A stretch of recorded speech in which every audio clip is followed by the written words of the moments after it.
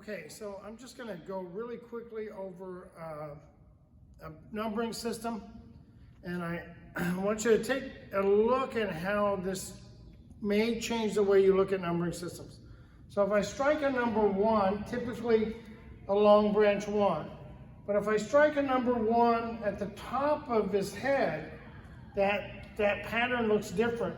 If I strike a number 1 across the face or at the temple across to the chin, that looks different. If I strike at the neck, that also looks different. And if I strike across the collarbone, that also looks different. So your numbering system, that's number 1 and number 2.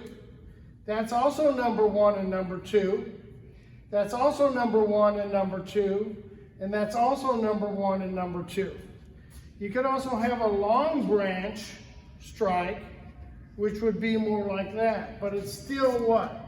It's still targeting the top of his head, the temple or the eye socket. I want to hit the nose probably too when I cut across the eye. The neck, okay, and then the body or the collarbone.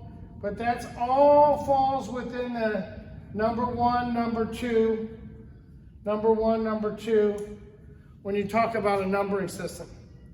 Then you can talk about 3 and 4, 3 and 4, 3 and 4, 3 and 4, 3 and 4, and of course 3 and 4 all the way down to the ground. So you could talk about that being 3 and 4 if you want to think of it like that.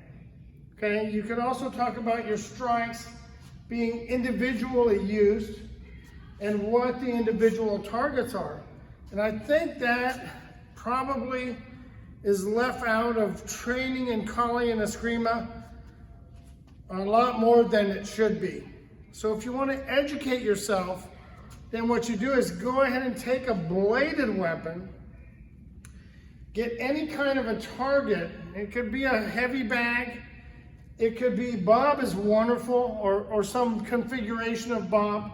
And then you want to look at those strikes in a different way. Then you want to look at those strikes maybe as individual strikes or strikes that are in different configurations. For instance, if I do the number 1 that hits the top of the head, I might come back with the high number 4, then a low number 3, and the low number 4 turns into a thrusting number 7, which turns into a chop, which turns into a backhand, which is a number 6 at the eye socket, and then again a high number 4. You could endlessly create numbering systems and patterns based on that understanding.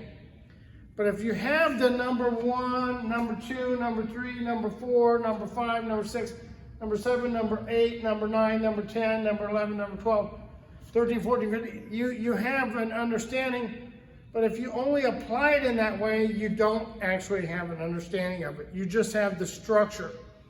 And so for your understanding and your tactical ability to grow, you need the understanding of that. And this is what I teach.